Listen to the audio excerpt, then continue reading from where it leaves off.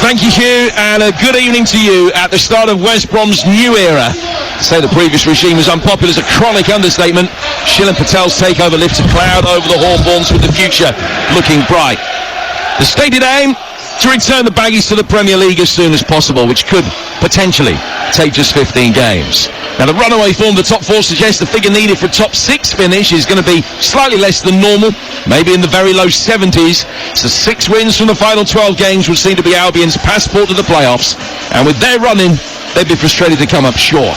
But Coventry are also eyeing the end of season circus for a second successive season, thanks to a stunning winter transformation that has lifted them from the periphery of the relegation battle to the higher echelons. Victory tonight takes them within a point of the top 6.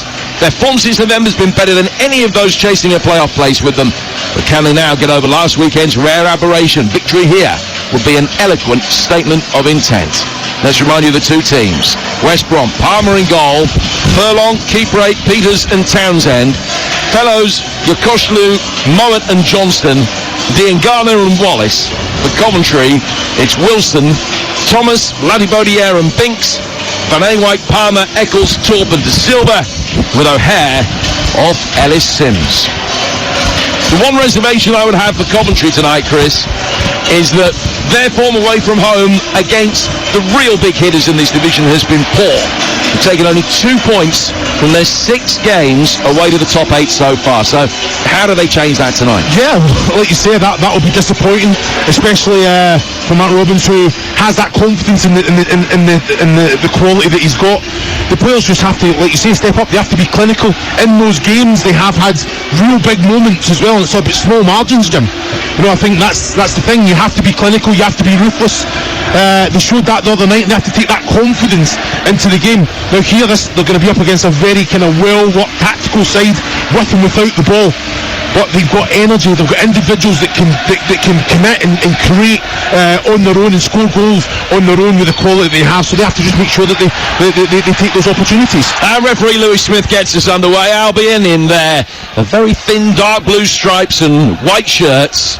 And they're kicking from left to right. They're defending the Brummy Road end of the ground here at the Hawthorns on a Baltic night in the Black Country. And Albion bringing it forward from the kickoff towards the edge of the penalty area. Ball swept inside the penalty area by Mowat. Couldn't quite get as far as Fellows. And then it'll be played down by Furlong to the edge of the penalty area. They're back again for Grady Diangana. Now to Okay Yokushlu. Townsend playing it forward. Really good proactive start here from the Albion on the front foot from the very off. Coventry just able to get a foot in to be able to bring it away. And now the counter-attack could be on for them, because Casey Palmer's marauding forward and just played the ball to where Ellis Sims was rather than where he is. And it'll drift out of play for a throw that'll be taken on the West Bromwich Albion right-hand side. Well, there's an opening minute where the game has been really open. Both sides creating chances. Yeah, I've got to say, I think Tom Fairless has to be a little bit more aggressive. He's kind of standing waiting for that. And I think he's got to come across his centre-back and just make sure he gets that connection. And then it just shows you with Coventry that counter-attack. Looks a Palmer. He's tried to put in a hair there, and it was a poor ball. I think he's got to commit as defender. So here's Binks at the back for Coventry, firing it forward towards halfway, where Sims was very comfortably dealt with by Keeperate. And Keeperate getting it back for Alex Palmer. West Brom starting the night 5th with 56 points. Hull immediately behind them have 55. Then a slight gap to Norwich and Preston on 52. And Cov themselves on 51. So really tight between those 5. 2 places up for grabs. You would imagine that the current top 4 are going to end up in the top 4. Well, it's just a question of what happens after that. And certainly the run-ins that the sides immediately below Coventry have are pretty tough. So it'd be hard to see the likes of Sunderland potentially manoeuvring themselves up into the picture. It does look as though it is going to be 2 from 5 between West Brom, Hull, Norwich, Preston and Coventry. Coventry out the back have it with Latibodiere, who is playing at centre-half again today in the middle of the 3 centre-halves. They are playing with a back 5 when they haven't got the ball. Binks just going back to his goalkeeper now. Wilson taking an awkward first touch, but able to smite it clear with his second. Palmer with the dreadlocks going in, and it's come off keeper and goes out of play for a throw that'll be taken on the Coventry left-hand side. 2.5 minutes gone. Entertaining start of the game in the company of the former Scotland striker Chris Owellamo. Yeah, I think it is. I think West Brom without the ball, everyone knows the responsibilities.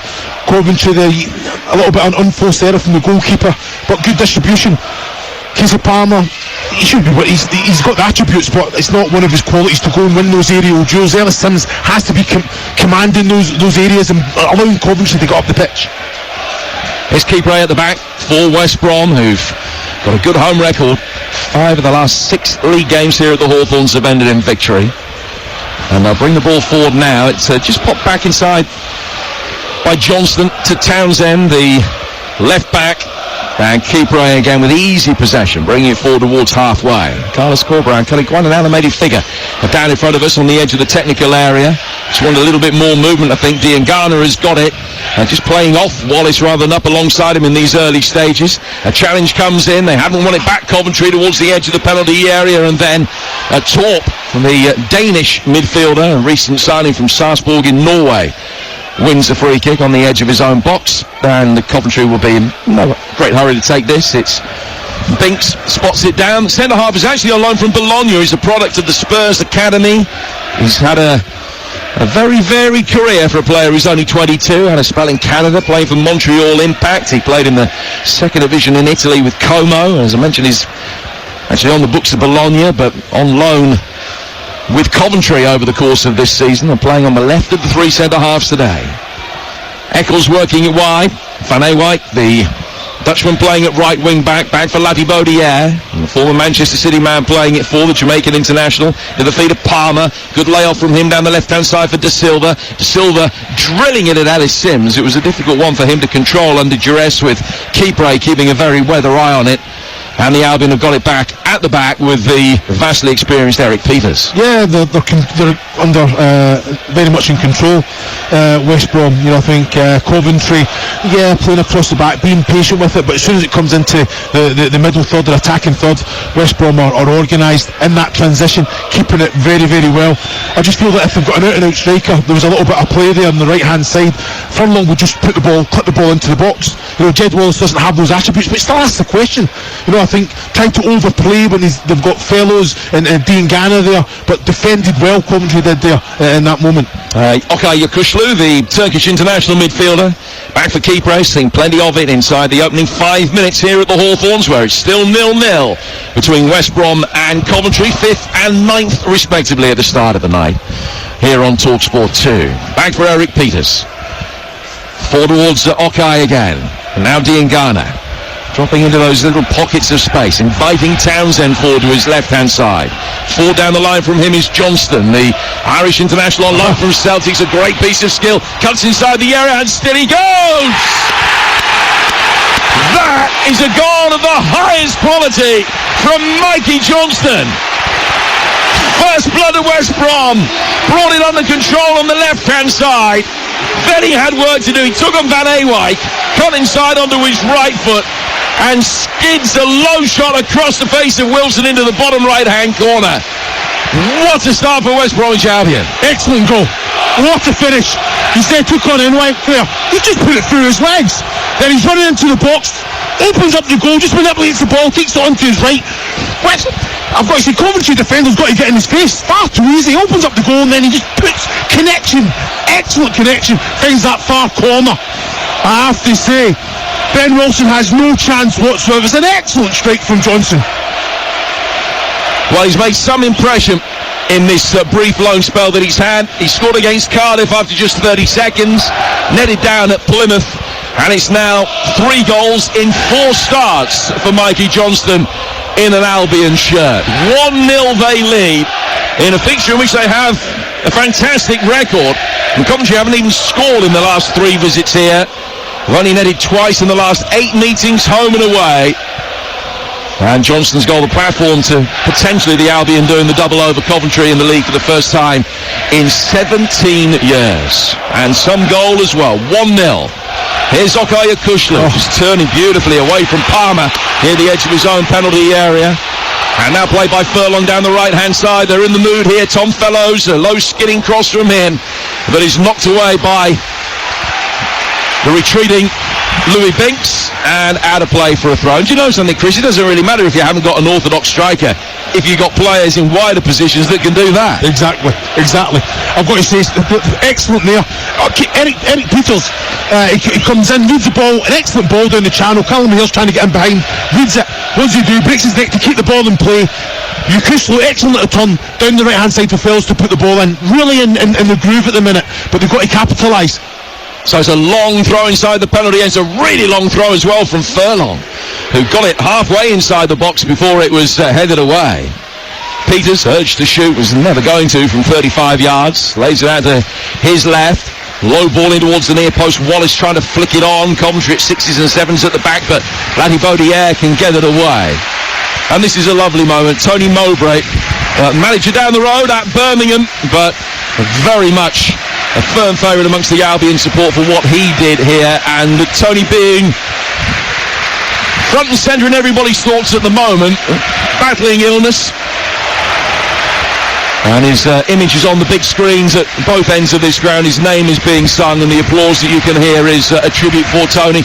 He's carrying everybody's best wishes in the footballing family for a full and speedy recovery. So it doesn't matter that you're the manager of a club 6 miles down the road. You're a good man. Good people acknowledge it. No, spot on.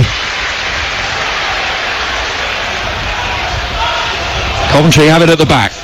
And Thomas will go back to his own goalkeeper. And this is a little test of resilience now, as far as Coventry are concerned, because remember they had that really bad start against Preston last Friday. They were a goal down in a minute, found themselves 2 down in next to no time, 3 down by half time, and now to find themselves a goal down inside the opening 10 minutes again is just going to be a little test of nerve and resilience for them. Yeah, I think it's probably why Mark Robbins has went with that 3. It gives a little bit more the qualities of the wing backs to kind of come in and protect. Good ball from Palmer. O'Hare on the edge of the D. Ellis Sims to his left. First time shot. He snatched at it, and it cannons back off the hoardings in front of the Brommy Road end. Now I'm looking at that, I think Callum Hale's put a little bit too much on that. I don't think he had to. Ellis Sims was in space there. Casey Palmer finds Callum O'Hare. Excellent touch, excellent first touch inside the D. I think he should get the shot away with the left. If he's going to give it to Ellis Sims, just take a little bit off that so he can come round, bend the foot round it, and try and find that bottom right hand corner. But he did. The connection wasn't great, but there was a little bit of pace on that ball, Jim. Now West Brom determined to play out from the back with Palmer and then Mowat, who worked it out towards the left-hand side. It was a poor ball that couldn't find Townsend, and Coventry end up defending a goal kick with a throw down towards the corner flag. Well, Albion have done well to win it back. Peters flicking it off O'Hare, and he goes out of play for a goal kick that Palmer will take. West Brom starting the night 16 points off the top 2, but probably more significantly 4 points clear of 7th. They will temporarily be able to extend that to 7 if they can hold on to the lead given to them by Mikey Johnston. This first game of the Shilan Patel era, who bought 88% of the club for 60 million quid, completing a takeover from the unpopular Chinese businessman Guachuan Lai. And he's had a good start. Here's Mowat with the layoff. A little 1-2 between him and Peters.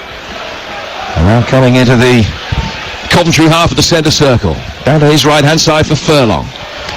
Dean Garner's got it. Knocked away from him by Eccles, but only as far as Okay Yukushlu.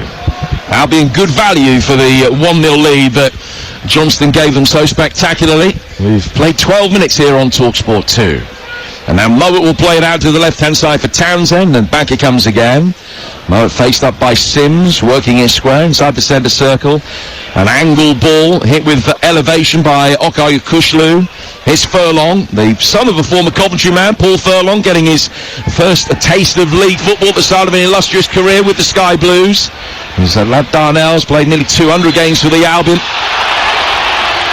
And then a free kick is given for a foul by Torp inside the centre circle, and West Brom have got a problem. Yeah, I don't mind it, Jim. I'm looking at that there. I think Mowat and Newcastle getting far too much time and space. Then all of a sudden Torp, he's on his front foot, he anticipates it, gets the challenge in, regains possession, and then gives it away sloppily, but then goes and wins the ball back again, and it's a strong challenge, but fair. Well, play stopped, and the referee has in fact given the free kick Coventry's way. He said that the injury was self-inflicted by Okay Kushlu, as he went in strongly with Victor Torp, and Torp was the aggrieved party. So Coventry taking the free kick. A change kit tonight of dark green and black, and in possession on the left-hand side with Jay Da Silva as one of 7 in this starting lineup, who Mark Robbins signed since the playoff final last season. Albion have it again, down towards the right. Furlong with an angled ball inside the penalty area is easily headed away. But they come on to the left foot of Mowat, who thought better of getting a shot in. Townsend then back out towards Johnston, and another chance for him to take on Van Ewijk, as he did for the goal. And this time he runs the long way round him. Low skidding ball, just evading Wallace at the near post, and Bobby Thomas is there to be able to knock it away. And now Coventry playing on the counter-attack, might be able to make ground into West Brom territory with O'Hare. And the dark-haired fixet, former Aston Villa youngster, finds Torp out towards the right-hand side. Sims making a run in the middle. He's got a glancing header on it. Palmer will let it run. Da Silva for Coventry on the left-hand side of the box. O'Hare back for Palmer, and leaning back, he's trying to pass it into the top right-hand corner, but a very high tariff chance, and it sails high and wide. 1-0 to West Brom. Yeah, it's excellent play from Coventry. You know, playing through the thirds. Callum O'Hare very much involved on the right-hand side. It goes into the right channel. Great ball in. Elliston's little flick on. I've got to say, Casey Palmer or even Da Silva break their neck to get on the end of it. They regain possession, and it's like, say, that understanding between Palmer and Callum O'Hare at the edge of the box. A little bit of link-up play. You know, he never really got the connection on the shot, Palmer, but, you know, very, very evident that relationship is there. Albion playing out again. Diangana to Yokushlu, and the Turkish international complaining this time that O'Hare was in there too strongly on him. The loose ball's gone out of play for a West Brom throw, which Darnell Furlong will take. Furlong motioning that he's going to throw it back to Peters. Does in fact play it forward towards Yokushlu. Couldn't supply him with an accurate return ball. Now Coventry themselves have a throw from an almost identical position. Binks back for Latibaudiere. Eccles, nice ball on the turn, that lofted forward. Furlong backpedaling, can head it away. Tom Fellows couldn't pick up possession. Now Casey Palmer forced to retreat and just plays the way that he's facing. Goes back for Binks. Latibaudiere forward into the midfield and gets it straight back again from Torp. And scores a stunning goal on his Coventry debut against Sheffield Wednesday recently. And Mowat's won it back from him. And now Latibaudiere picking it up in the midfield. Just a little bit of a scrappy passage of play, that, but Coventry able to bring it forward again. Yeah, he's got to be better for me. You know, I think in that position, good technical player. You know, I think Jen Wallace goes in, gets a strong challenge, keep possession, turn back out, keep possession, recycle it again. And Diangana's foul. Well, Josh Eccles, the man that caught him. It's a free kick which will be taken by West Brom about 10-15 yards inside Coventry territory, although Yokushlu spots it back significantly deeper than that. Springing the ball forward at walking pace, nudges it past Ellis Sims, who scored that hat-trick against Maidstone here on TalkSport 2 on Monday in the FA Cup. Coventry booking another trip to the Black Country. They'll go to Wolves Saturday lunchtime, that will be a couple of Saturdays time, the 16th, and we'll bring you all 4 FA Cup quarter-finals live on the TalkSport network. Alex Moen back for Eric Peters. Okay Yokushlu, Furlong to his right. Tom Fellows doesn't know whether to make further ground down the right-hand touchline and then just check back. I think Furlong was hoping that he would make the run so he could try and bend one round the side of Da Silva, but it wasn't forthcoming. Well, I think that, you know, I think Tom Fellows, he wants the ball all the time, but in that moment can't stay away. You know, Darnell Furlong he's comfortable, he's direct, he's mobile, he can get down around the outside of his opposition player there. Kipre at the back for the Baggies, who lead 1-0. Now Furlong, nice touch from Furlong. Nice play through the middle towards Diangana, and then he immediately gets it back again. Kipre. Down to Furlong, on halfway. Now he will try and play that ball around the side of Binks for the run of fellows. Albion winning the seconds in the midfield with Dean Garner, who's kept it in on the near touchline. De Silva making life difficult for the former West Ham man. Kushlu able to turn. And he'll ping a ball out towards the left-hand side for Johnston. Van Ewijk just got caught underneath the flight of it. Johnston couldn't make the most of a half chance, and Callum O'Hare came back in to win it back. And Coventry will now play out from the back. They've had more possession in the last 5 or 6 minutes, but still not able to really do too much with it, the Sky Blues, who are trailing 1-0. Yeah, I think it's down to how good West Brom are without the ball. You know, I think I don't mind it. You know, the one goal down, they have to take necessary risks to get in the game.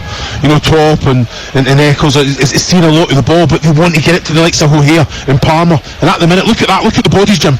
You know, there's no pass into them. West Brom are organised. Thomas plays it forward. It's headed away before it got to Sims.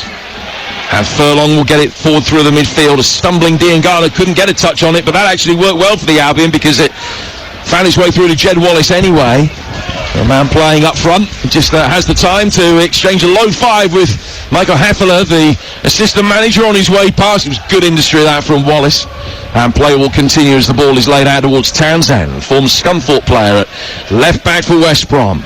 Lead 1-0. They've got such a good defensive record as well. They would back themselves to be able to hold on to the lead. Nobody in the division has kept more clean sheets this season, 15 of them in total.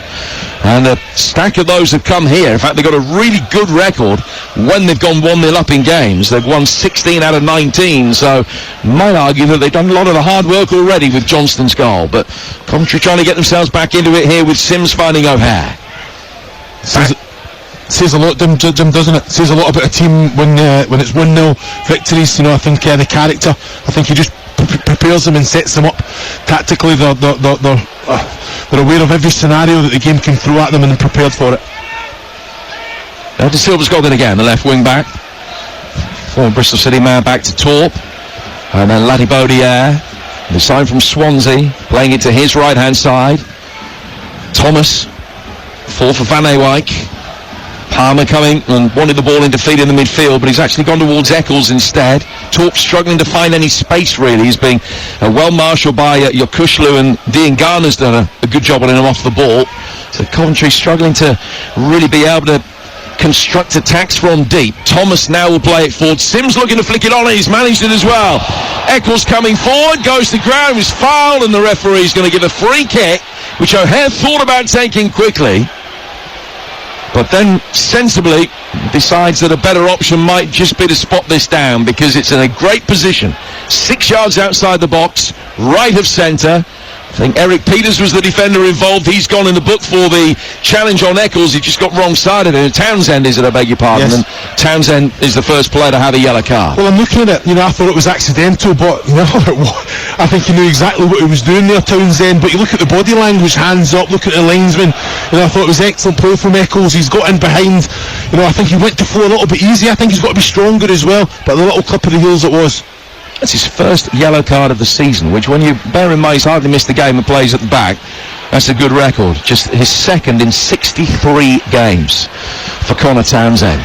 So if you had him to be the first player booked tonight, well done, because that's a big payout. So Albion with everybody back inside their penalty area. 21 gone, it's 1-0 to West Brom, and an opportunity here for Eccles, who stands over it, but De Silva might be the man to take charge. Could be a left-footed clip in from De Silva for the aerial targets, or potentially a right-footed shot from Torp. Which of the two is it going to be? Torp comes up, it is the Dane, strikes it into the wall, and now to play for a corner. Yeah, well done its job. You know, I think you're looking at that with the qualities. I think he's got to look with that, the area attributes that he's got in there, the aggressive players. You just got to hang up and ask that question. O'Hare showing for the short one, and the ball is played into his feet. Torp then back, it's Eccles from the edge of the area, and it's only just wide. Well, if he got fingers on that, Palmer, it's an outstanding save. The referee's given a goal kick. I thought it might just have taken a flick off the goalkeeper on the way through, but Eccles, from a really well worked set piece, only flicking it about 6 inches wide. Yeah, you're looking at that there. I think they worked it very well. Eccles, he had a lot of time. I just don't think the connection was great. I thought he did. I thought he got a hand to it there, but looking at it now, no, nowhere near it, Jim. Nowhere near it. Well, he's only got a couple of goals in more than 100 games for Coventry. Well, that really wasn't too far away from Eccles. The closest that the Sky Blues have come to an equalising goal. We're midway through the first half. It's West Brom 1, Coventry 0, here on TalkSport 2. Jean Latibaudière finding Thomas. Ball played out to the right-hand side for the Dutch fullback Van Ewijk. Coventry fans finding their voice away to our right-hand side, the Smethwick end of the ground. Furlong whacking it in that direction and knocked away by Latibaudière straight out for a throw that will be taken on the West Bromwich Albion right. They lead 1-0. As soon as it goes back to that defensive unit of Coventry, the way that West Brom press, everyone's on the front foot. I'm talking 6-7 players really kind of forcing the issue, and like you say, when got the throw in from an error from Coventry there, but so organised without the ball. Furlong waiting, ball in hand. Cushion's done him no favours. It's the second time that a throw on this touchline has seemed a relatively rudimentary exercise to be able to play it back to Furlong, and they've not been able to do it. Have won a free kick this time. Furlong has taken that. Palmer, who's standing almost on top of the ball when it was taken, just indicating to referee Lewis Smith that the ball was moving, and so they'll take it again. Kipre slowing it down to walking pace, trying to draw Ellis Sims in. Yokushlu with another loose ball. He's not got the passing radar right so far tonight. He'll get it again, and we'll be able to take it on the half turn, and that was an immaculate ball at time towards Kipre. Furlong has done really well, squeezed it away from Palmer into space. Latibaudière couldn't get there ahead of Wallace. Albion cycled it out towards the left-hand time for Townsend, and now coming off the flank is the goal scorer Johnston. Johnston towards the edge of the penalty area, getting the return ball. Heavy touch, just saw it knocked away from the edge of the penalty area by Latibaudière, and here's Sims trying to bulldoze his way forward, stopped unceremoniously. Some excellent defending from Kipre. He's done very well, hasn't he, Kipre there? I thought Ellis Sims just got away from, just lost control of the ball. Kipre just got his body in there between ball and man and just used that physicality that he has. Another chance for West Brom to bring the ball forward. And they've got it on halfway. They're leading by a goal to nil. You'd have to say over the 25 minutes, they probably just about deserve to be ahead. Certainly a goal of real quality. But Coventry's response has been pretty tidy. They've been able to get themselves into more advanced positions more recently, and had that Eccles effort from a set piece that only just beat the post. Ball from Kipre here for Yokushlu.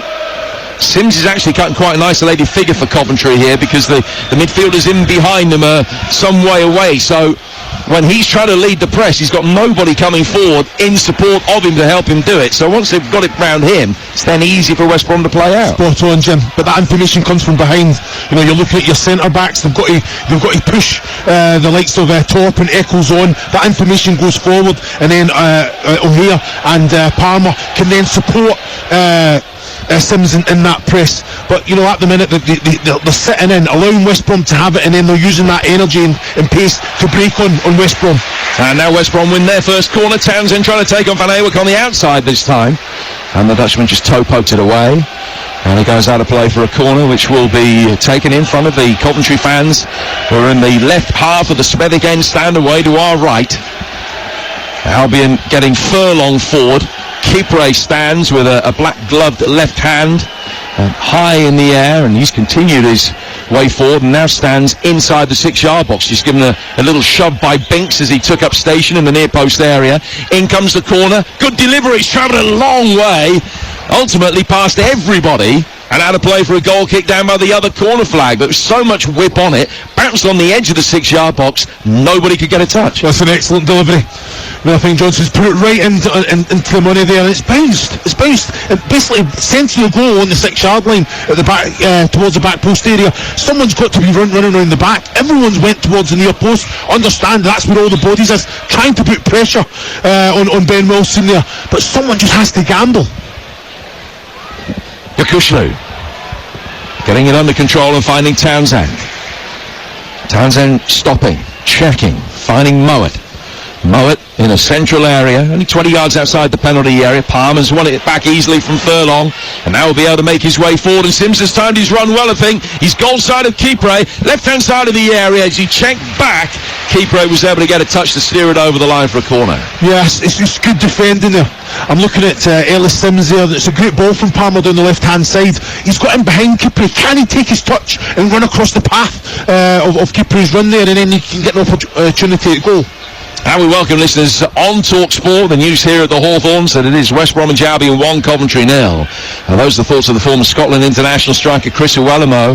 It was Johnston that got the goal, and some goal it was too, on 8 minutes. Coventry looking for a response. This is their second corner of the night. Right-footed in, swinger towards the near post. It's headed away by Furlong. The first corner they'd had brought Coventry's best opportunity with Eccles, who's hardly scored a goal in his Coventry career.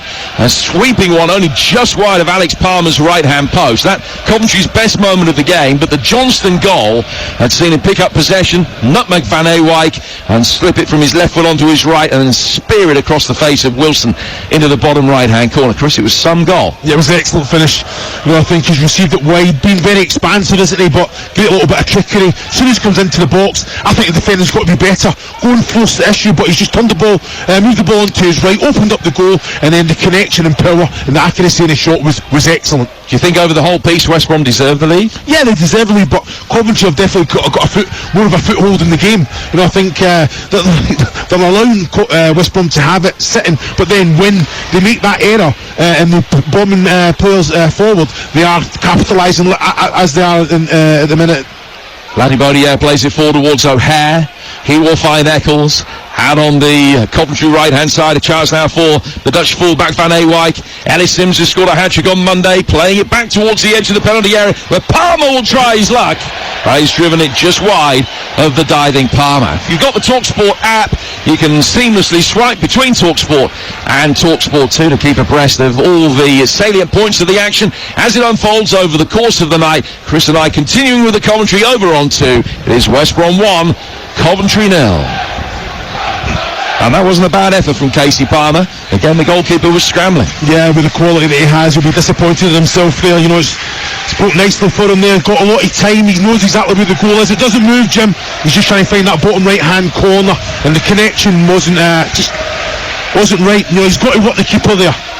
Do you think Court Brown will be frustrated that his side haven't created more chances than they have, because they haven't really asked too many questions in the last 10-15 minutes or so? Yeah, I think they've used the ball well, you know, but again, it's broken down when they've got into that attacking area. But when you're 1-0 up, sometimes it's that fear of kind of allowing the opposition to kind of get into the game. And I think they're doing that. They've got to be ruthless. You know, when they're on top, they've got to capitalise. But yeah, I think obviously with Jed Wallace here, he drops very deep. They don't really have an out-and-out striker that's stretching the pitch and keeping it big. So that's why we're seeing all these players just keeping possession, little kind of sideways passes, not really going forward. But I'm saying to Jed, stay away. If it's not Jed, if he comes deep, then it's got to be Dean Garner or Fellows and Johnson coming off the wing to create that depth in the team. Well, Kipre has it at the back, and we've said that many times. Furlong to Dean Garner, back for Darnell Furlong again. Dean Garner supplying the width this time, and now supplying Wallace in his yellow boots, the Albion captain. Back towards Tom Fellows, coming in off the flank. 15 yards outside the penalty area, it's with Mowat. Mowat to his left-hand side, to Townsend, now to Johnston. Johnston taking on Van Ewijk, going round the outside of him, and the Dutchman stuck to his task and flicks it out of play for a corner, which will be taken again in front of those Sky Blues fans on the left-hand side, away to our right. 31 gone, West Brom 1, Coventry 0. And in terms of the stats of the game so far, possession mid-50s to mid-40s in West Brom's favour, 6 attempts to 1 in Coventry's. But the only shot on target we've seen all night was the goal. Now West Brom looking to double their advantage here. It's a congested penalty area the corner is fired into. Coventry dealing with this one more effectively than the last one. Ellis Sims could get it away. And Mowat picking up the second ball in midfield, lays it back for Eric Peters. Now from him to his right-hand side for Furlong. Furlong over the halfway line for Dean Garner. Palmer watching the ball played past him towards Tom Fellows, the youngster from the other side of town in Solihull, who's made a real impact in recent times. All 4 career goals he scored have come since the turn of the year. Keeper 8, down towards Furlong. Fellows showing for the ball on halfway. First time ball in from him, and it was a horrible one for Diangana, because Fellows pinged it in, and Diangana had players from both sides converging on him. I think it was Binks that did the more serious damage. Diangana's back on his feet. He's going to be able to continue free kick to West Brom on halfway. Yeah, I think Tom Fellows he's a good technical player. I think he's got to take the touch rather than one touch inside to Diangana there. It was a dangerous one. Binks comes in high as well, but Diangana, I've got to say, he's in the mood for it tonight, wanting the ball every opportunity, and like you say, he knew he was going to take a slow one there, but he gets there first. Well, we've got more Championship action coming for you tomorrow. Big Yorkshire derby, Huddersfield against Leeds, exclusive to TalkSport tomorrow, with Sam Matterface alongside Dean Ashton. It's a 12:30 kickoff, and all of the action from the Yorkshire derby tomorrow over on TalkSport. Build up for that starts at 11, then Game Day Live with Adrian Durham, Ray Parler and Scott Minto from 2:30. All the goals as they go in from the Premier League and the EFL, including Forest against Liverpool, Everton West Ham and Spurs Palace, which is also our live Premier League commentary here on TalkSport 2 tomorrow afternoon, with Perry Groves alongside Ian Danta as always. A 3 o'clock kickoff, that London derby tomorrow. So we've got it all covered for you over the course of the weekend here on the TalkSport network. Tonight here in the Black Country, West Midlands derby, West Brom leading Coventry by a goal to nil, but the XG would tell you actually that Coventry should be on top. Ball is played forward towards Sims, who's just come back from an offside position that time, and Peter's got his man, and it's a free kick which will be taken by the Albion almost on halfway. Here's Chris O'Wellman. Yeah, he's got no excuse, Sims there, and I think when West Brom are in possession, he's got to be switched on and just be looking across that defensive line, because that's the out. As soon as it goes to any in the defensive unit of Coventry, can they put it down the sides with a little bit of quality? But I'm looking at West Brom here, a little bit scrappy. Look at Jed Wallace now coming. There's no one going right up through the middle. It makes it difficult for that defensive unit of 3, the centre backs there for Coventry. But still, they need someone for West Brom to be stretching the pitch. More like that, Jed Wallace after his run, trying to get in behind. Yeah, it's not his natural position by any stretch of the imagination. West Brom trying to work it. De Silva with a firm challenge on Fellows, and then a hand of apology in fairness to him. It was a poor challenge. Referee allowing play to continue with Albion in possession with Johnston, bottom left-hand corner of the penalty area. Back for Okaya Kushlu. Down towards the Albion right-hand side for Fellows. They've changed the line of attack very effectively here. Fellows taking on De Silva. Good ball in towards the near post, and volleyed in for 2.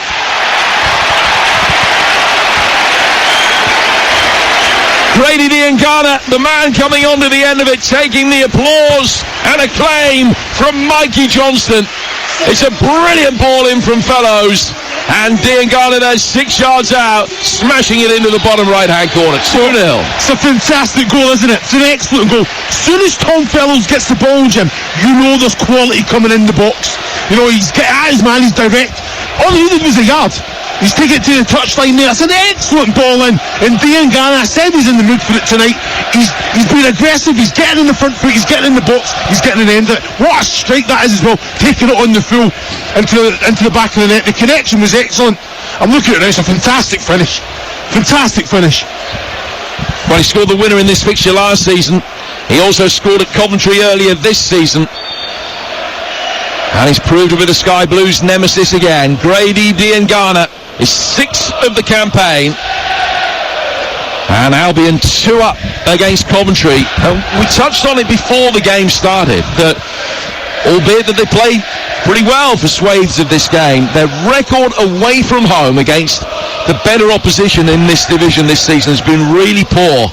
Drew at Hull, drew at Leeds. They've lost every other game that they've played against the top 8 opposition away, so just 2 points out of a possible 21 now away against top 8 opposition if they can't get themselves back into this. And that's not a great statistic coming into this part of the season.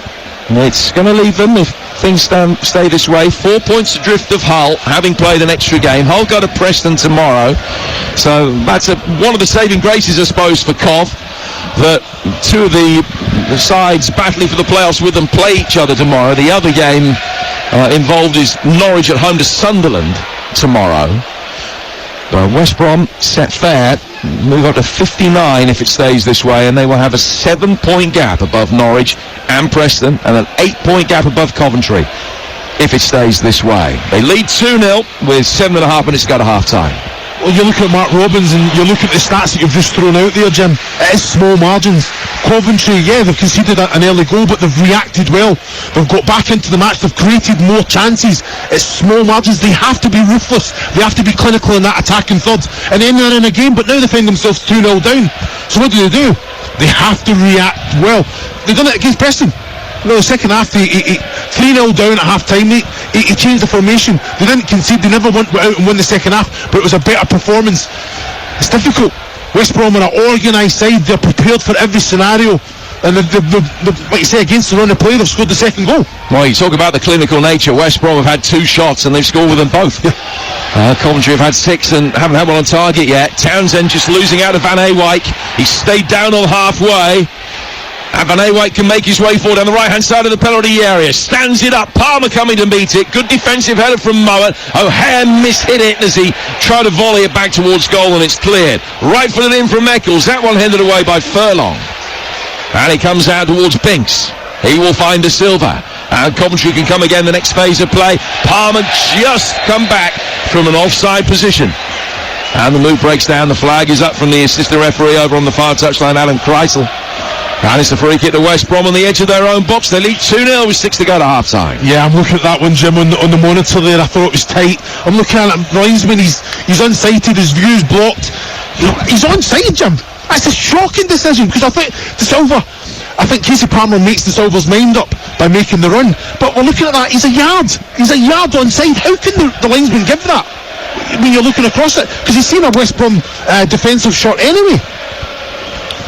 Yeah, Mark Robbins won't be happy when he sees that back. He will already have been told by his analysts, but listen, the assistant referee's a human, but that wasn't his best call. The ball back inside the penalty area, and the Albion goalkeeper Palmer has got it away. Forward towards halfway. Wallace with a very clever little flick, and now it's played first time by Johnston. Out to Townsend, who's made an overlapping run from left back. Johnston's got it now. Wallace making his way in the penalty area. Fellows is actually pretty much unmarked at the far post. It's half cleared. Mowat urged to shoot, won't. And Palmer has come back and knocked it off his toes. West Bromwich Albion pick it up in a slightly deeper position with Yokushlu. And he'll retreat actually before playing it in towards Diangana, whose first touch forced a hurried second as he flicked it up onto his left knee, but he was able to maintain possession, and Albion will be able to bring it forward again. Coming through the centre circle, down towards Furlong to Kipre inside his own half. Klaus Corbrand trying to get a message across to somebody on the bench, I think. The play will continue while that's going on, with Mowat just coming down towards the Albion right. And now work back through the midfield for Yokushlu, making everything tick in there. Too far short of 100 games for West Brom now. Yokushlu back for Peters. Peters unhurried, going back inside his own half for Kipre. And it is a keep ball situation for West Brom, really, because they've got the lead. They've now got a little bit of insurance to go with it, and all they've got to do is keep stringing the passes together. They're very adept at that. Townsend goes out to the left. Johnston's first time ball inside the penalty area. Binks can emphatically volley it away with his left foot. Back out to Yokushlu. Yokushlu back inside the centre circle.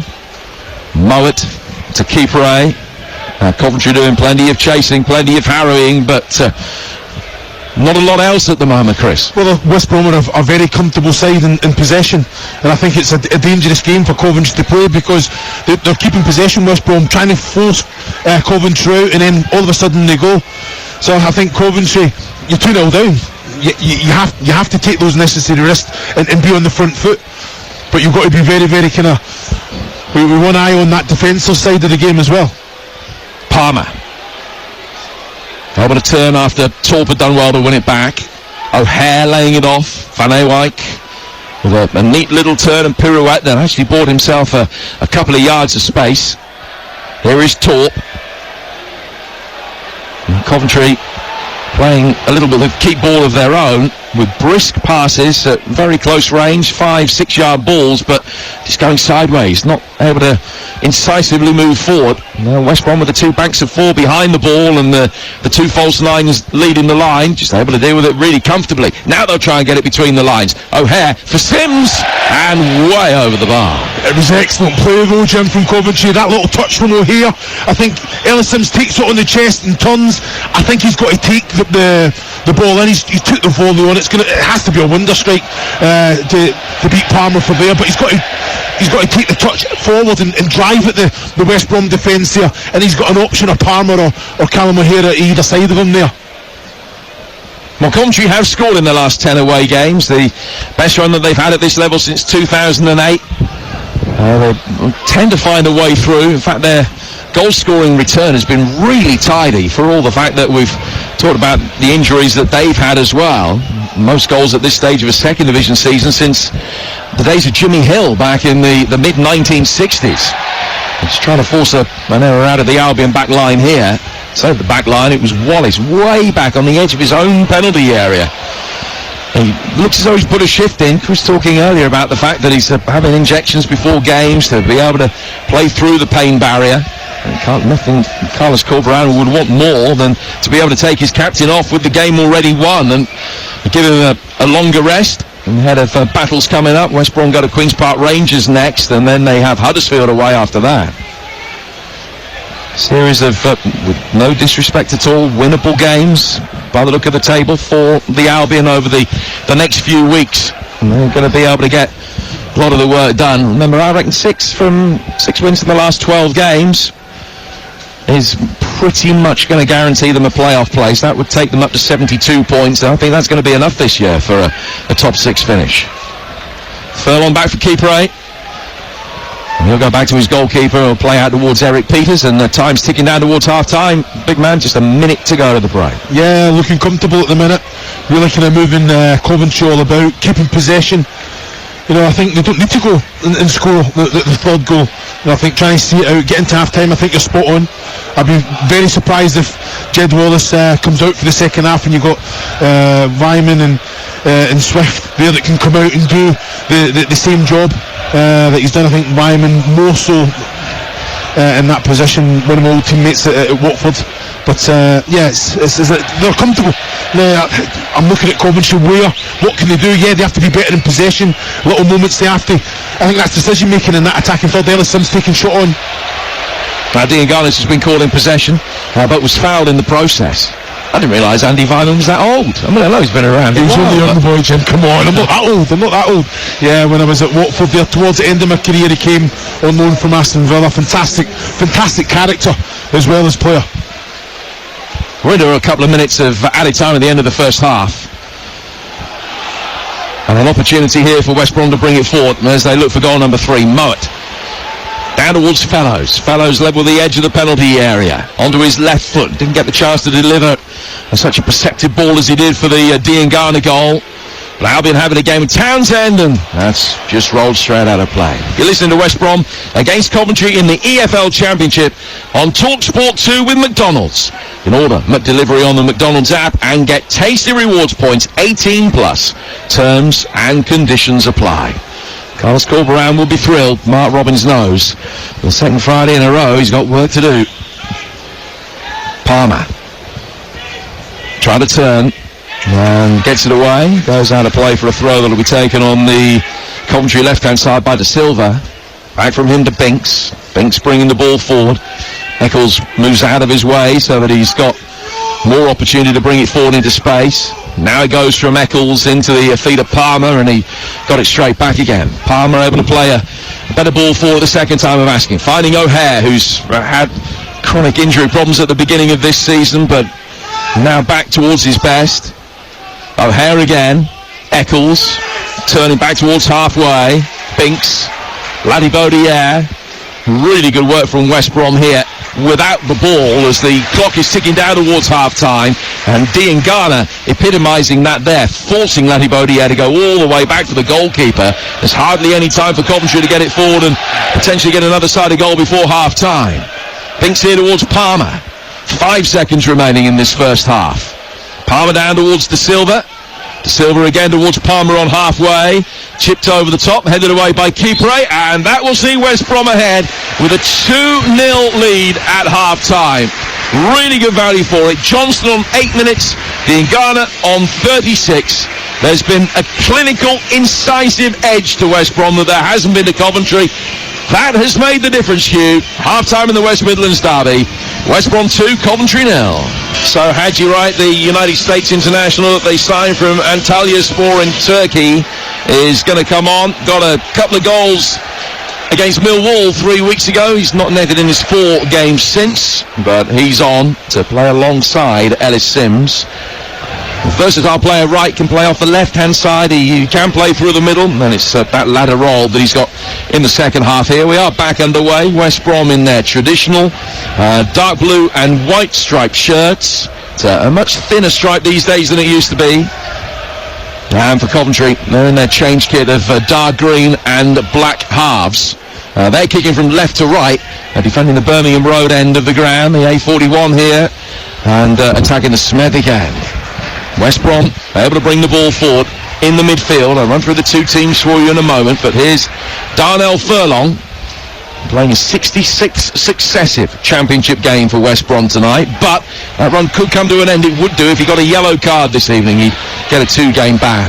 Play down towards Wallace. Wallace coming in off the left flank, just stops the ball on the edge of the penalty area. Right-footed effort from Johnston, not as good as his first shot of the game. That one sails over the bar, out of play, and it's a goal kick which will be taken away to our left-hand side by Coventry City goalkeeper Ben Wilson, alongside me for the second half. Chris Owellamo. Yeah, it was a big ask, wasn't there, from Johnson, but you know, it just shows you the confidence of the player. The ball was moving all over the player, it was rising all the while, but Jed Wallace, for me, I'm surprised he just doesn't open it up there and put that ball in the box. Again, just that lack of that out-and-out striker for the West Brom probably plays a part in that. I'm surprised he's come back out for the second half. I don't mean this as a criticism in any shape or form of Wallace, but he looks like he's run 21 miles in a marathon. And he looks like I've run 21 miles in a marathon. It's just, he's not moving with any fluidity. So important for West Brom as a leader on the field, such a fine player. 2-0 clearly isn't an impregnable lead, but I think Carlos Corberán, I think we were both expecting that Jed might be taken off at half-time for keep him rested for the battles that lie ahead, because he's clearly struggling with injury at the moment. No, well, of course he is. You know, I think, but it just shows you about the leadership qualities. You know, I think it's so important out there that he's talking with Mikey Johnson, Diangana, Tom Fellows all around him, but he does his job defensively as well. Intelligent player. But like you say, they've got players that can go on and kind of stretch the pitch a little bit for West Brom. And I know they don't need to go out and get a third goal, but you'd like to think that'll be the aim for the second half. West Brom bringing it forward again with Fellows doing well to work it inside. An opportunity here for Diangana. Couldn't get a shot in because Eccles had got his defensive angles right. Can set up though Johnston. Back for Diangana again. The two Albion goal scorers from the first half linking up neatly. Townsend will take over now. Back into the yellow boots of Wallace. Wallace to Okay Yokushlu. Peters down towards the left-hand side for Townsend.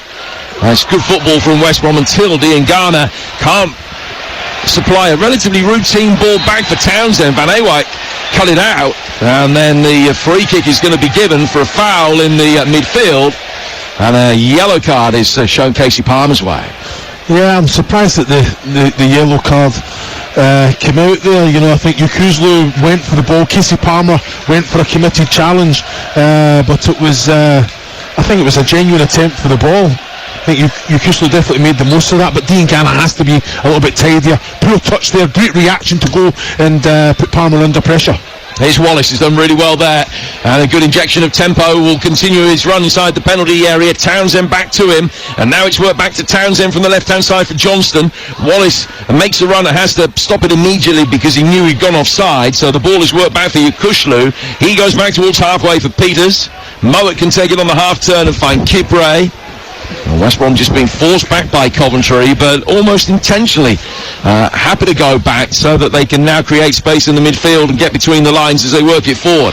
Diangana, good touchdown towards Johnston, and kept in by Bobby Thomas on the near touchline. The former Burnley said the half's done well, and Coventry can get going again. Torp sliding the ball forward for De Silva. De Silva controlling it, going back for Torp. Eccles, and very close in the first half. Back out towards Torp again. Coventry making their way forward slowly towards the edge of the West Bromwich Albion penalty area. They trailed 2-0 5 minutes into the second half here on TalkSport 2.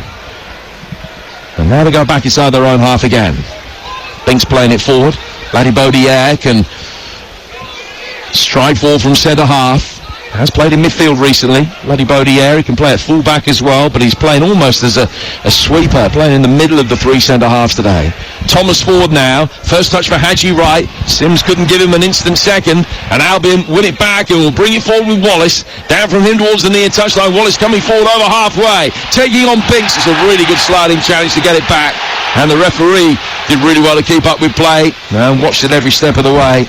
Ball goes back for the Coventry goalkeeper, Wilson. Well, it's an excellent break there from West Brom, isn't it? And Jed Wallace, it's stuck behind him a little bit, but he manages to get the ball in control and in front of him, and he tries to run across the running path of Binks there. It's excellent defending, timely challenge as well, goes to ground, but he puts the ball back to Ben Wilson there. Controlled challenge there from Binks. 2-0 to West Brom. And Sims looking to lay it off towards Palmer. West Brom won it back, almost gave it away instantly. Torp, Yakushlu coming away with it. Torp has picked his pocket. Hadji Wright will take over. Right for the shot from the edge of the area, blocked immediately by Kipray, and the loose ball ricochets out towards the far touchline, but Fellows couldn't get it to stick, and De Silva brings it back infield. He's now found Palmer, and he finds the West Brom fans. No, much better from Coventry there. If I'm Hadji Wright, I've got to say to Ellis Sims, you know what? Stop doing it first time. Take a touch. You've got good players around you. Control the ball, and then you can say, or if anything, come back yourself. He's trying all this first touch, and it's not working out for him so far this second half. But much better there. Casey Palmer, I don't know why he took the shot on. Drive in, make it easy for you. Commit the defender, and then you either take the shot on or release the ball either side. Clearance from Alex Palmer, the Baggies goalkeeper, and West Brom win the seconds in the midfield with Johnston to Diangana, work down the line. Fellows is there again towards the edge of the box, and it's exquisite cross from him for the 2-0 goal, and he's won a free kick here out towards the right-hand touchline, but level with the edge of the box, and it will be the cue for the Albion to flood the penalty area as they look for the third goal that makes it safe. Yeah, just like you say, he's always an option, isn't he? Fellows, very comfortable, good footballer, willing runner as well. Kept possession there and allowed West Brom to get up, and like you say, Binks, who I've got to say, I think he's in the mood this second half. Timely challenges, he's all over him there. Definitely the referee got it right. So 2 in the Coventry wall. That's De Silva and Palmer, and they stand almost with the heels of their boots on the left-hand side of the penalty area. 2 standing over it for the Albion. Right-footed ball swung in towards the near post, and the flick header from Diangana some way over the bar. 2-0. Another great ball in, wasn't it? Mowat, Diangana, always on the move there, got there first, probably too much of a connection on the ball, puts it over the bar. You just want to try and kind of glance that one there and ask Wilson a few questions. Albion coming away with it after a poor piece of play in Coventry's own half. Townsend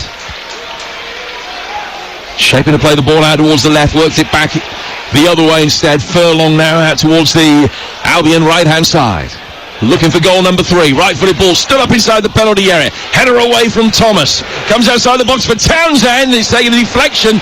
Loops over the bar for a corner. Nothing wrong with that at all. You know, if I'm going to be overly critical, I think Townsend should be coming on to that as it's coming down from the poor defensive clearance from Coventry there. He's got to come on front foot, take that on the full there for me. Player has only scored 4 goals in over 200 West Brom games. Well, that was a well-struck shot, and takes a looping deflection over the bar, out of play for a corner. West Brom's 3rd of the game. Mo with both hands above his head, indicating which of the set plays this is going to be. Furlong making a darting near post run. Good defensive header came from Sims. Back forward from Fellows. And now out towards Wallace. Wallace to Furlong. This is really good, neat football from close quarters from West Brom as they make their way towards the edge of the Coventry penalty area. Diangana now to his left-hand side for Townsend. Kipre still forward and operating as a left winger. Townsend plays him in. Cedric Kipre resisting the temptation to try and fire the ball inside the penalty area, just working it back for Johnston. It's good, steady possession from West Brom, who've improved immeasurably, this set of players in possession over the last weeks and months working under Carlos Corberan. Now the move breaks down. Commentators curse as it's worked forward for Wallace, who's just offside. It's a free kick which will be taken by the Sky Blues. We played the opening 10 minutes of the second half, and not an awful lot has changed really from a Sky Blues perspective, Chris. No, it hasn't. I've got to say, I don't think they're seeing enough of the ball in that attacking area for Hadji Wright. If anything, he's doing more defensive duties than what he would like there. I've got to say the linesman redeemed himself there, because Jed Wallace, I thought it was another tight one there, but he just went a little bit too early for that little Diangana ball in behind. Well, West Brom have already had more attempts in this second half than they did in the entirety of the first. Remember, only 2 before half-time. They scored with them both. They lead by 2-0. You're listening to West Brom against Coventry in the EFL Championship on TalkSport 2 with McDonald's. You can order McDelivery on the McDonald's app and get tasty rewards points. 18+. Terms and conditions apply. Here is Hadji Wright on the edge of the penalty area. Top! Left-footed snapshot from him. And well beaten down by goalkeeper Palmer. As Wright turned, the ball just ricocheted away to his right-hand side, but Torp coming onto it. Player who's capable of the spectacular, and it's a smart save. Well, I'm looking at that, Jim. He's already got in behind the defensive unit of West Brom there. He takes a shot on. I think he can actually take it towards goal and then just pick his spot. But like you say, he's worked the keeper, albeit I think he should have done better. Just the 1 goal so far for him in Coventry colours, but he arrived on these shores with nearly 30 at a rate of about 1 every 4 games from midfield in his career. Certainly played really well over a couple of seasons in Norway for Sarpsborg, from the southwest of that country. Okay, Kushlu. Now played forward through the midfield, out towards Diangana. Diangana out on the right-hand side. He's got Fellows, and Wallace is busting a gut to get up forward for him. The ball is played inside the penalty area, just behind the on-rushing Albion midfielder, who has his hands up claiming that it should be a penalty, that he was pulled down. The referee says no, and play will continue with Eccles able to come forward unchallenged, some 60, 70 yards now to his right-hand side, Van Ewijn. It was a poor ball to find the young fullback. Back it comes again from Van Ewijk. Eccles, Palmer, back for Eccles again. Sims waiting inside the penalty area, right, tall, leaner, just outside the penalty box, so waiting for a delivery. Okay, Kushlu's got his hands and eyes on him, and Palmer will pick it up again. But Coventry have strung 10 passes together there, Chris. They've gone backwards and allow West Brom to regain their defensive shape. No, and I don't understand it. You've got Hadji Wright, you've got Ellis Sims in there, you've got 3 opportunities to put good, decent balls into the area. And they've turned down every single one of them. Now the Albion will be able to bring it forward again. And the ball goes out towards the far touchline for Diangana. Just took a little ricochet on its way through.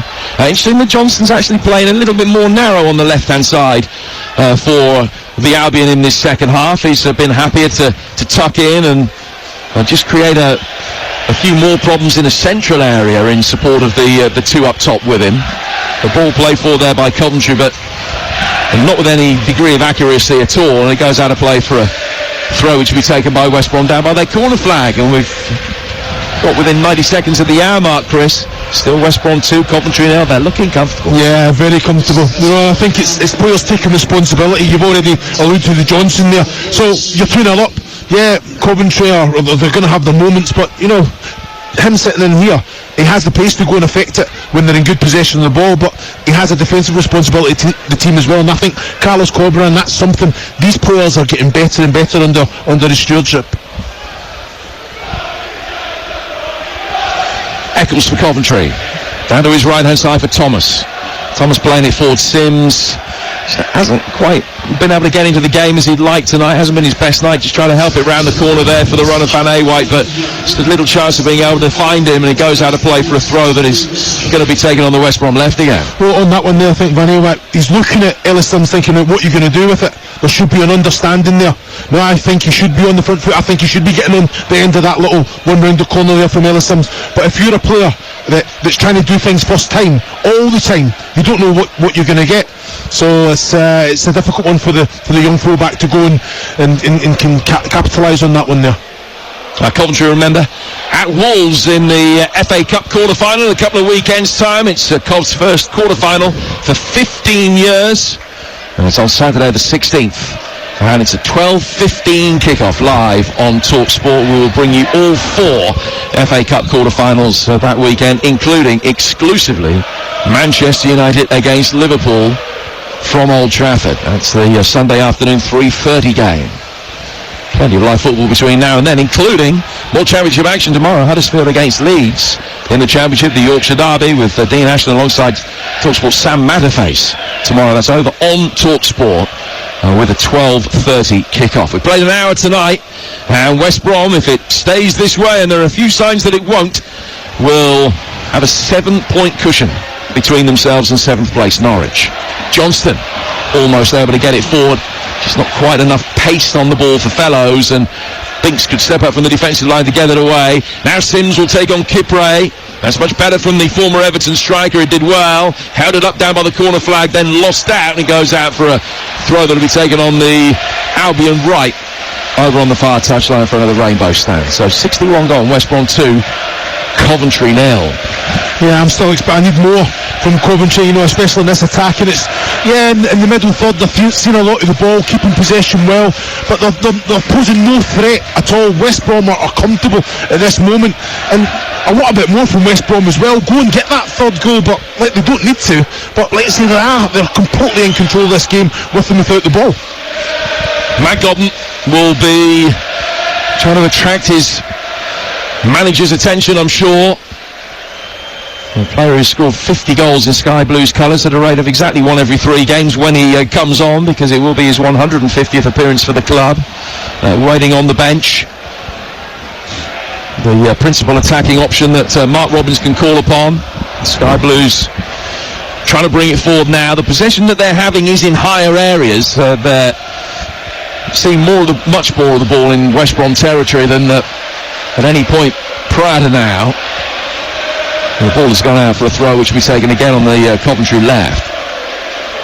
It's worked back to halfway. Lati Baudière through the centre circle for Bobby Thomas. Thomas with the tall, ranging stride. Bring it forward. Hadji Wright almost able to get there, and had he done so, would have been able to turn and get a shot away. But Kushlu can bring it forward for West Brom. Back he goes to Furlong. Furlong's ball just cannons off Diangana. And Coventry have quickly and cheaply got it back. Eccles to Palmer. Palmer sending one down towards the right for Van Ewijk. And a chance for him to run at the penalty area and take on Townsend. He's chipped it up, but it's easily headed away by Kipre. The cross split the difference between Sims and Wright. West Brom bring it away, and then Wallace has given a free kick away for a foul on Eccles. So Coventry will take it, and West Brom might have a problem. I think Townsend's down here. Yeah, I think he's took a little a sore one there, but Van Ewijk there, if anything, it's the only option he had other than to probably take a shot on himself. But I need more from Ellis Sims there. Hadji Wright's coming to the near post. Ellis Sims seeing it all, which is perfectly fine. But you can't just be rooted. You've got to come and attack. It's a great little dink in from Van Ewijk. West Brom are going to make a double change. We're going to see John Swift and Adam Reach come on. Swift, who has only got 1 goal in his last 16 games, but has been playing on occasion in this false 9 position in the absence of the strikers that we were talking about earlier. And Adam Reach is going to come on, a player who's made only a couple of league starts this season, both in January, but vastly experienced at this level as he approaches 400 second-tier games in his career. So two good men and experienced players to be able to bring on off the bench. Townsend makes his way straight down the tunnel. So that's a blow for the Baggies that Connor Townsend, who has hardly missed a game over the course of the season, has been forced off through injury. Reach will replace him at left back. And the other change is going to see Swift on for Johnston and not Wallace. Yeah. It's one of those things, if you're carrying, I don't know what the injury is. It's just what I'm hearing coming out of the West Brom camp that he's getting injected. But like you say, I guess if you're feeling if it's something that it's an operation in the summer and you've just got to try and get through it, then it makes no difference, I guess. But when you're 2-0 up, it's an opportunity to rest them. Well, it's an opportunity they've passed up for the moment. Yep. So Reach on for the injured Townsend and Swift for Johnston. 2-0 to West Brom. A free kick here to Coventry midway inside the Baggies half. It's going to be Torp to take it, left arm above his head, attacks the ball now and swings it in. It's easily headed away by Kipre, and then Palmer has lost that, and the counter-attack could be on here for West Brom. 3 against 4 just for a moment. They'll get the bodies forward as quickly as they can. Out towards the left-hand side for the run of Fellows, who's come out to this near touch line now. But the pass wasn't good enough to find him, and then the retreating Wallace has fouled Torp. And Coventry have a free kick inside their own half. It was a real opportunity, wasn't it? Now, Fellows was full pelt there down this left-hand side, but the ball just wasn't accurate enough. I've got to say, defended well. Laddie Bodie to Thomas. Over the halfway line for Van Ewijk, who gets a kind little touch off Adam Reach, but he worked it well in his favour. Palmer, right-footed effort. Nice cut spin on the shot and sent it dipping, but still relatively easily saved by his namesake Alex Palmer in the Albion goal. Yeah, it wasn't a bad effort. We were right behind that, directly in line, and he's just come across the ball. All the spin and the curve was on the ball, but right at Palmer, who was comfortable. Good hands. He's got a good record here, Alex Palmer, the Albion goalkeeper. He's only conceded 3 in his last 6.5 games here at the Hawthorns. A player that had 6 loan spells away from the club before being able to finally establish himself as first choice keeper, which he did about 18 months or so ago, and he's hoping for what would be his 16th clean sheet of the season today, which is more than any other championship goalkeeper has had in the league this season. 66 gone, so he's almost 3/4 of the way there. Coventry looking for some inspiration and a way back into the game. Can Haji Wright supply it? Plays it off to his left-hand side for Torp. Right-footed rising drive from him, but Palmer had it covered. Waved the right hand at it, and the ball went over the bar and into the fans away to the right-hand side. We welcome listeners from TalkSport back to proceedings here at the Hawthorns. It's West Brom 2, Coventry 0, with Mikey Johnston on 8 minutes and Grady Diangana 8 minutes before half-time. Chris Uwelimo, the former Scotland international striker, alongside me. Not too many signs of a Coventry fight back here, despite the fact they brought Haji Wright on. No, it's not really kind of made the impact that you would think. That moment there, he's driving it to the fence. I think he'd done everything right. The set for Torp was excellent. He brought it onto the right, and with the quality that Torp has, he's got to work Alex Palmer in the West Brom goal there. So there is moments. They've had many chances, but they're just not clinical enough in that attacking third, Jim. What they have been able to do is have better possession in the second half. They've had more of the ball. They've had it in more advanced areas, but they haven't forced any difficult saves out of Alex Palmer in the West Brom goal yet. As the Albion work their way forward towards the edge of the box here, they've been more than happy to sit by and large on the 2-0 lead.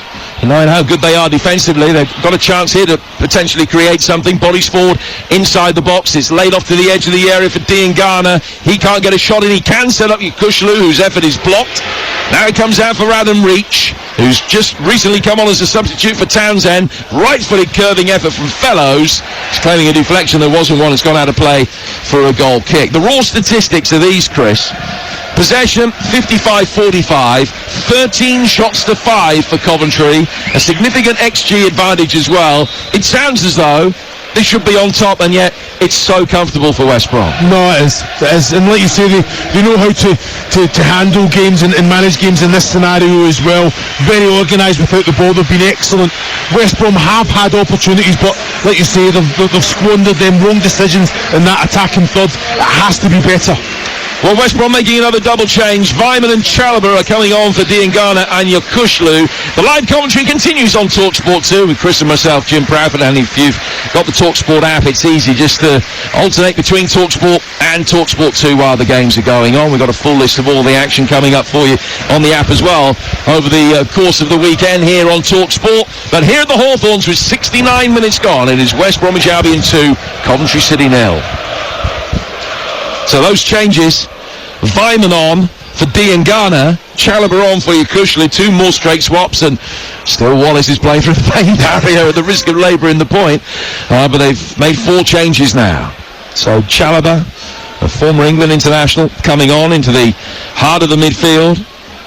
Player has only started 6 of the 35 league games this season. Andy Vyman, that you were talking about earlier, a former teammate of yours, on loan from Bristol City. Man scored the winner against Birmingham recently in the local derby. Vyman coming on for the last 20 minutes or so. That's a great first touch on him. He scooped it over the top of the Coventry back line. Fellows giving chase, and Thomas has surely played that back to his goalkeeper.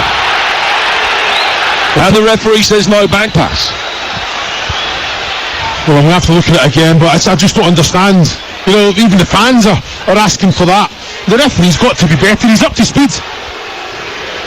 Well, he's a really good referee, Lewis Smith. He's one of the most highly regarded young officials. He's barely turned 30. He's had a couple of Premier League games in the recent past. But Thomas, under pressure there, did look as though he just fired that back at his goalkeeper. And it was a difficult one for the keeper to deal with.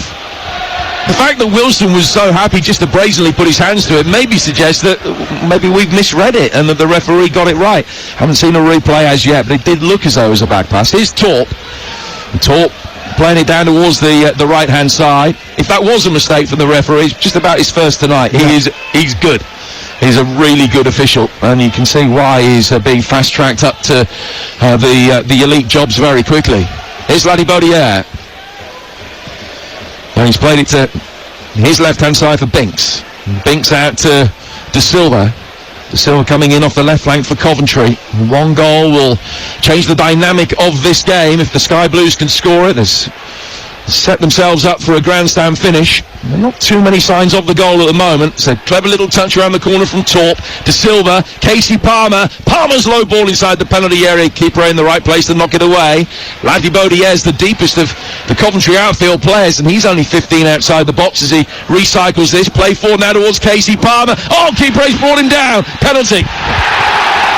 And here is the lifeline for the Sky Blues. Keeper committed, Casey Palmer caught, penalty to Coventry City. Well, it's fantastic play from Coventry. I've got to say the way that Casey Palmer took that in his stride and just nicked it away from Keeper. If Keeper doesn't challenge, Casey Palmer's, I think, he's getting an opportunity at goal anyway, but it's a silly one. Committed to the challenge, Keeper goes to ground far too easily, far too early, twisting them. It's a late challenge. There's no question about it being a penalty kick, Jim. Well, Alex Palmer has saved one this season. That was from Millwall's Zian Fleming. Coventry have only scored one of the 3 penalties they've had in the league. Well, that was Haji Wright. And Haji Wright is going to take this one. So this to get Coventry on the board with 17 minutes to go. Did have a great late fight back against Leicester earlier this season, where they were a goal down with 10 minutes to go and came back and won it 3-1. What will they be able to do in the latter stages of this game? This is a crucial moment. Haji Wright stands in the centre of the D, now peels away to the left, runs towards the ball, a stuttering runner, right-footed, sends the keeper the wrong way, and it is game on again here at the Hawthorns. Haji Wright from the spot, and it's West Brom 2, Coventry 1. Excellent penalty.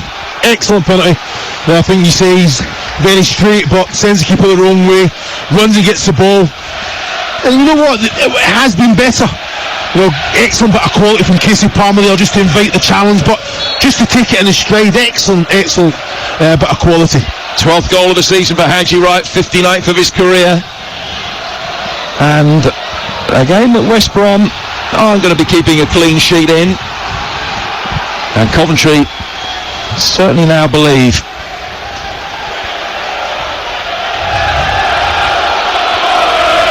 So here's Lati Bodier. It is the Sky Blues fans that you can hear. They've made the short journey, about 25 miles or so, in their thousands here tonight. West Brom winning it back, just hoping to be able to complete the victory and maintain the control that they've had for such large swathes. One aberration though from Kipre, and as I mentioned, the dynamic has changed. And now Casey Palmer's got it again, and he'll play in Ellis Sims on the edge of the area. Oh, that didn't miss by much. Rising right-footed drive. Alex Palmer had no answer to that, and it cleared the bar by about the foot 18 inches. Yeah, it's different class. Ellis Sims asking that question in behind, followed all the way, marched all the way by Eric Peters, and I think that pressure, I'm expecting him to go across goal, but he's went for that near top right hand corner there, but the ball was always rising, Jim. And I think Alex Palmer in the end was quite comfortable, but it's a great little ball from Casey Palmer, great first touch from the big man. I think he's got to go across goal there. So here's Alex Palmer playing out from the back for the Albion. Long ball, just bouncing a couple of times away from all of his teammates and straight through to the Coventry goalkeeper, Ben Wilson. And bowled out for Thomas. And Carlos Corberan just needing the Albion to keep their heads here, because Coventry have slowly but surely been building up a head of steam. The last 6-7 minutes or so have been arguably their best of the game, certainly their best of the second half.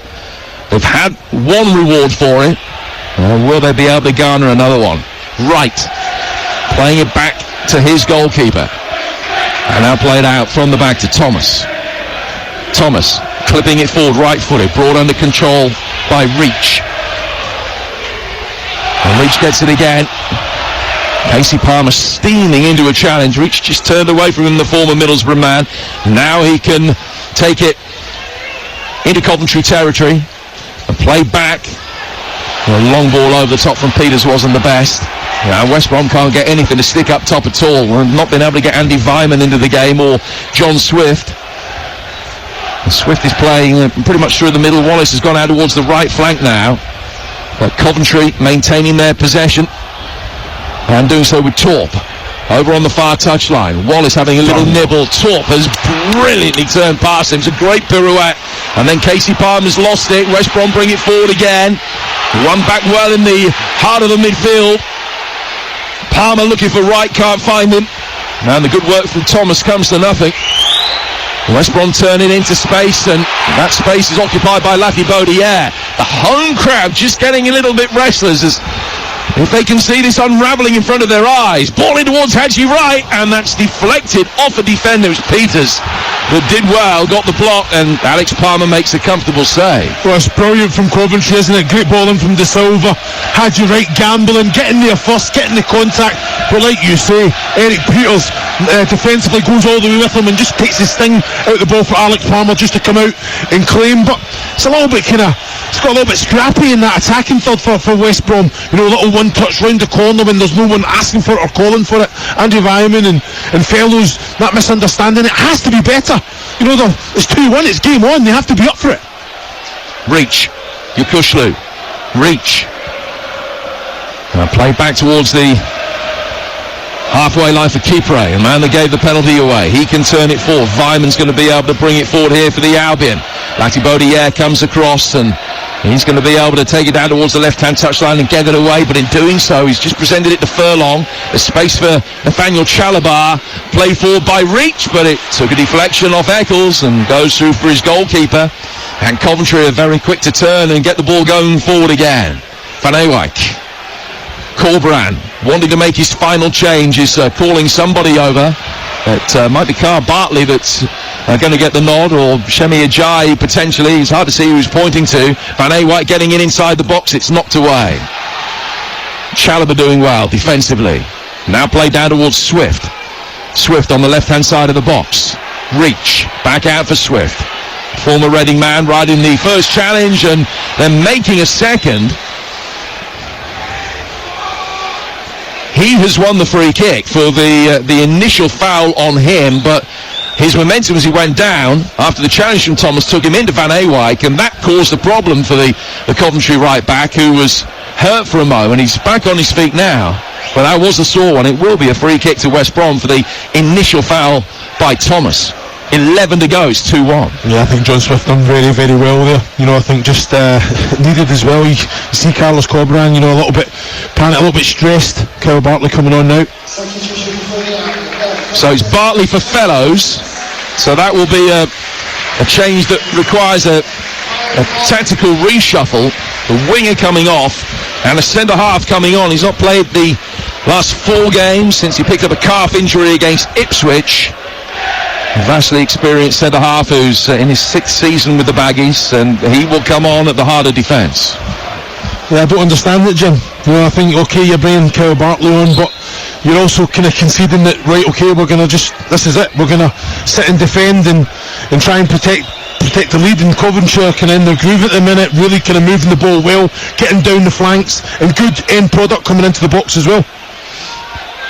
Well, with the personnel that they've got on now, they could switch to playing 3 centre-halves, or they could play Eric Peters at left-back and reach further forward down the left-hand side, but it does look as though they're going to be playing with a 5. Reach and Furlong at wing-back, and Bartley coming on as sweeper, with Peters and keeper of the markers either side of him. It's play forward by Palmer, brought down well under control by Reach, and Eccles had a little nibble to try and stop him and pull him back. He couldn't. Vyman making a run to the edge of the 6-yard box, but the cross from Wallace was far too steep and sailed straight out of play for a Coventry City throw. Very unlike Wallace. Now, excellent break as well. I've got to see Adam Reach, great little touch as well, cuts across his man. Wait a pass out to Wallace was outstanding, and usually right on the money as well. He's got bodies, breaking the neck to get on the end of it. Wasteful from Wallace. Van Ewijk to take the throw for Coventry, trailing by 2 goals to 1. Into the feet of Hadji Wright. He had his pocket picked very well there. Swift wins a corner. He's been sharp since coming on, John Swift. That's been a good little cameo from him, and he's won a corner, which is the Albion's 2nd of this second half and their 4th of the game. Yeah, he's been very sharp. Quality, trying to get in behind there. Never really had too many options in there, so pleased for the corner. And it's a corner that Swift himself will take. Bartley and Chalobah forward, Kipre forward as well, standing inside the 6-yard box, in towards the near post. A really good defensive header came from Sims. A second header from Reach just went up rather than forward towards the edge of the box, and that allowed Coventry to push forward. Thought he'd won a throw. Eccles, I beg your pardon, he hasn't. And it's a throw which the Albion will take on this near side. Reach just retrieving something that had been thrown onto the field. Reach. Now, wasting a few seconds before restarting the play with this throw. And then a free kick is given. Mowat, the player that was brought down. And West Brom have this opportunity again just to run a few seconds off the clock, get bodies forward if they want, but the centre-halves are all staying back. It looks as though it's going to be worked short, and it is. Mowat down towards Reach. Reach down the line. Good movement again from Swift. Vyman making a darting near post run, peels back. It's played in towards Chalobah. Chalobah onto his right foot. Couldn't get himself into a shooting position. He might now as it's played back to him by Furlong. He still doesn't. Abdicates the responsibility and then gives it away. And Palmer will play it forward. He was caught from behind by Chalobah, and with no advantage the referee will stop play and will give a free kick to Coventry midway inside their own half. 7 minutes for Coventry to get back into this. They trail 2-1. Yeah, they have to throw everything at it. Just Chalobah there, how many opportunities does he want to kind of have a shot at goal, and he still refuses it. And poor possession, but reacted well. Eccles plays it out of the Coventry left-hand side for Binks. And Binks towards De Silva. Lati-Bodier shows for him. And the West Brom put in the pressure on Coventry, just hoping to be able to create the openings and try and get themselves back into this. It would be a big point if it would have come. But at the moment, it's still West Bromwich Albion who have the lead. Now, if it stays this way, Albion will have 59 points, Hull 55, Norwich, Preston 52 and Coventry 51. Tomorrow, Preston take on Hull. Norwich are at home to Sunderland. They're the other games involving the clubs in this little quintet who are chasing those 2 playoff places along with the top 4. And you can hear news of all the goals as they go in on Game Day Live with Adrian Dunn, joined by Ray Palmer and Scott Minto tomorrow. Also keeping up to date with everything in the Premier League as well, including Forest, Liverpool, Everton, West Ham and Spurs Palace, which is our live game, exclusive to TalkSport 2 tomorrow afternoon. You won't hear it anywhere else. Also, from 5 tomorrow on TalkSport, the only place you can hear a full classified results service. 6 minutes to go tonight. And it's still 2-1 to West Brom. Peters hangs his head as a long ball sent forward sails over Weiman's head, and Coventry are going to be able to bring it out from the back. Mark Robbins will be more confident now, Chris, than at any previous stage of the game that they can get something from here. Yeah, they will. I think they've had to kind of weather the storm there. West Brom using the ball well, but I think they've looked more of a threat. Ellis Sims better from the big man as well, making it stick, allowing Coventry to get up the pitch. Eccles, Palmer, Eccles again. Down on the right-hand side, Van Ewak's given it away and was quick to berate his teammates. West Brom can win it back in the midfield. Mowat, Chalobah struggling to get to the pace of the game since coming on. Looks as though he might have fouled Thomas there. The referee, well positioned, says play on. West Brom bring it away. A play forward towards Weimann. Just given a little nibble in from behind by Latibaudiere. Play will go on with West Brom bringing it down the left-hand touchline with Swift, but still can't get inside Coventry territory. And Eccles and Torp between them have done well to curtail the progress of Mowat. He goes out to play for a throw which will be taken on the West Brom left, but only 5 minutes to go. Will be a bit of stoppage time to be added on, but probably only 9 minutes of playing time now for West Brom to hang on to what would be their 12th home win of the season. 11 games left after tonight. They've still got to play each of the bottom 6. They will look at what's to come and feel that they've done a lot of the hard work already. Much more still to go, but they're running the easiest of those chasing the playoff places. And Southampton and Hull are certainly harder run-ins than anybody else. Albion playing it out from the back. Mowat down towards Eric Peters, the bearded Dutchman, fall into the feet of Swift, who, having lost possession, was forced to push Eccles over. And Coventry have got a free kick on the right-hand touchline, midway inside the West Brom half. 4 to go, 2-1 to the Baggies. Yeah, it's quality from Eccles on the front foot, really giving Swift a hard time, nowhere to go, wins possession and gets Coventry a free kick, but has to be end product. Well, the free kick was taken short. It fell for Casey Palmer, whose ball in was a little bit too low, and that took a deflection. Ended up at the feet of Wallace, who hammers it away. Latibaudiere wins it on halfway. Then played back out of the Coventry left-hand side for De Silva. And the Sky Blues will come again with Torp. Torp, back for Latibaudiere. He's played it across the face of Eccles down to Thomas. And still Coventry, stringing the passes together. Lose out as Sims can't get it to stick. Swift, Mowat, one back well by Thomas, had a good second half. Torp, Sims again, running to the edge of the area. This time he lets fly, and it sails over the bar about 5 rows back into the crowd. Well, West Brom are going to, they're making their own errors, unforced errors as well. Mowat giving the ball away, not reacting properly. Great little take from Ellis Sims as well, back to goal, 25 yards on the angle as well. He turns, he's always leaning back. He's got to shoot it through, he's got to get the body over it. Yeah, it'll go between legs, but it'll cause Alex Palmer problems there. He's always in the back, it was always going over. Scored in his last 2 away games, Ellis Sims. That hat-trick against Maidstone in the Cup as well. The first Coventry hat-trick in the FA Cup since Darren Huckabee back in 1999. No goal for him so far tonight. Looks as though as Alex Palmer's long goal kick was taken, there might have been a push on Furlong. Play goes on. Latibaudiere chesting it down, but it wasn't a good touch. Weimann was very quickly on the scene. Binks hurriedly, but effectively gets it away. Hadji Wright trying to hold it up. Wins a throw, which will be taken over on the far touchline by the Coventry fullback De Silva. De Silva working it down the touchline. The play back, Torp can get it under control. Torp to halfway. Latibaudiere bring it forward through the midfield. But again, not quite the accuracy on the ball that was needed. Adam Reach guilty as he brought it away of ball watching, and very quickly lost out to the Fullback Van Ewijk. Coventry get it to Binks. 90 seconds of the 90 minutes to go. 2-1 to West Brom. Eccles came close in the first half. They had 2 or 3 attempts in that first half that really weren't too far away, Coventry, and ended up going in 2-0 down. Van Ewijk on the right-hand side, level with the edge of the West Bromwich Albion penalty area. Pulling it back here for Thomas. Scored an own goal last week. Can he get himself on the score sheet again here? Step back instead for Eccles. A long-range right-footed effort from him. Took a little nick on his way through. And Coventry, as we go into the 90th minute, have a corner. Yeah, I don't mind that at all from Eccles. Distance from goal there, about 24, 25 yards.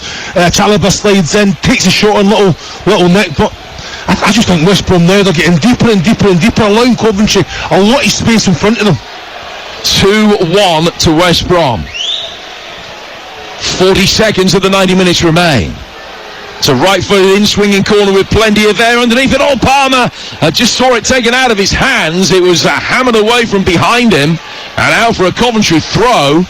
Looked as though it was going to be a relatively routine take, but just went through his hands. The throw taken intelligently forward towards Haji Wright. It's down on the byline, trying to win a corner. Spin on the ball, actually, make sure when it goes out it's a throw. It's a throw that he will look to try and take quickly. Also, a throw that looked like a foul throw. The play goes on. Casey Palmer, back for Wright. Torp, back to Wright again. 5 minutes of added time, we're in them now. Palmer's got it once more for Coventry in a central position. It's worked back for Torp. Can't get a right-footed shot. It's a really good sliding challenge to get it away by John Swift. But Coventry are going to come again with Thomas.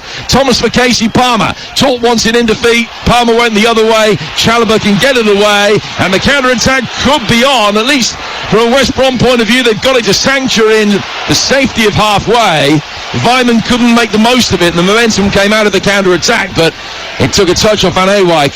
And it's out of play for a throw to West Brom with 4 minutes of stoppage time to go. Yeah, I'm looking at Vyman there. He's getting the ball on the halfway line. He's only got one man to beat, but he turns and goes back towards his own goal, loses the ball, but very, very fortunate that it goes out for a throw-in in West Brom's favour. That's a great flick on by Vyman. Swift taking it on. Thinking about running down towards the corner flag. He's checked and pulled it back for Wallace. Quick feet from Wallace to get away from one Coventry player, but he couldn't beat the second.